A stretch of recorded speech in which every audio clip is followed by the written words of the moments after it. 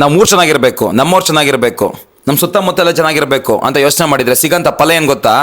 Encounter. ಬಿಹಾರದ ಭೋಜ್ಪುರಿ ಡಿಸ್ಟಿಕಲ್ಲಿ ಅಲ್ಲಿ development ಆಗ್ತಾ ಇಲ್ಲ. ಡೆವಲಪ್ಮೆಂಟಿಂದ ಬರ ಅಂತ ಏನು ಅಭಿವೃದ್ಧಿ ಕಾರ್ಯಗಳು ಬರ್ತೀವಿ ಅದು ಅಲ್ಲಿ ಇಂಪ್ಲಿಮೆಂಟೇ ಆಗ್ತಾ ಇಲ್ಲ ಅಂತಂದ್ಬಿಟ್ಟು ಒಬ್ಬ ಮನುಷ್ಯ ಎದ್ದೇಳ್ತಾನೆ. ಅವನೇ ಭರತ್ ಭೂಷಣ್ ತಿವಾರಿ.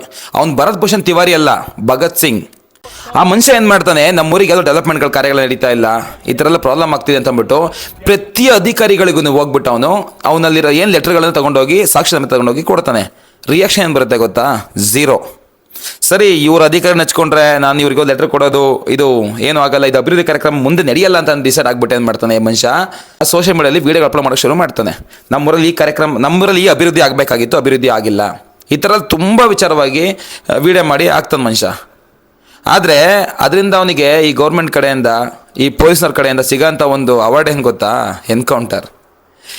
ಅದಕ್ಕಿಂತ ಮುಂಚೆ, ಎನ್ಕೌಂಟರ್ಗಿಂತ ಮುಂಚೆ ಒಂದು ವಿಚಾರ ಹೇಳ್ತೀನಿ ಕೇಳಿಸ್ಕೊಳ್ಳಿ.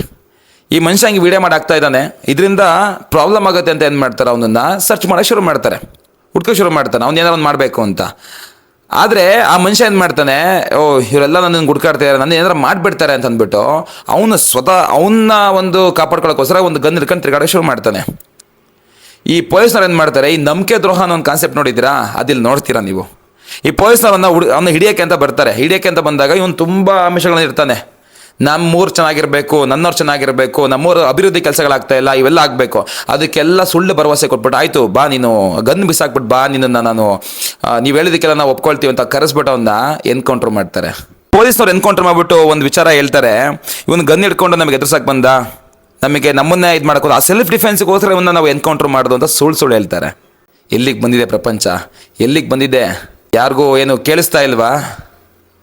ಒಬ್ಬ ಮನುಷ್ಯ ನಮ್ಮೂರು ಚೆನ್ನಾಗಿರಬೇಕು, ನಮ್ಮವ್ರು ಚೆನ್ನಾಗಿರಬೇಕು, ನಮ್ಮ ದೇಶ ಚೆನ್ನಾಗಿರಬೇಕು ಅಂತ ಹೋರಾಡಿದರೆ ಅವನ್ನ ಇವತ್ತು ಸಾಯಿಸ್ತಾರೆ.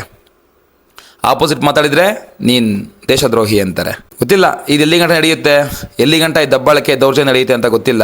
ಬಟ್ ತುಂಬ ಹೊಸ್ದಾಗಿ ಬಿಹೇವ್ ಮಾಡ್ತಾ ಇದ್ದಾರೆ. ಆ ಒಂದು ಭರತ್ ಭೂಷಣ್ ತಿವಾರಿ ಸತ್ತಿಲ್ಲ, ಎಲ್ಲರ ಮನಸ್ಸಲ್ಲಿ ಇದ್ದಾರೆ. ಬಟ್ ಇದು ವಿಚಾರವಾಗಿ ಬಿಹಾರೇ ಹೋರಾಟ ಮಾಡ್ತಾ ಇದೆ. ಈ ಥರ ವರ್ಸ್ಟ್ ಕೇಸ್ಗಳು, ಈ ಥರ ಪರಿಸ್ಥಿತಿಗಳು ಏನಕ್ಕೆ ನಡೀತಾ ಇದ್ದಾವೆ ಅಂತ ಗೊತ್ತಿಲ್ಲ. ಬಟ್ ಇದ್ಯಾವುದು ಒಳ್ಳೇದಕ್ಕಂತೂ ಅಲ್ಲ.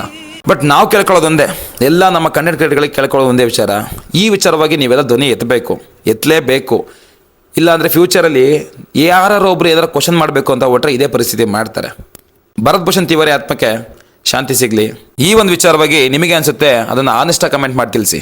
ಜೈ ಹಿಂದ್.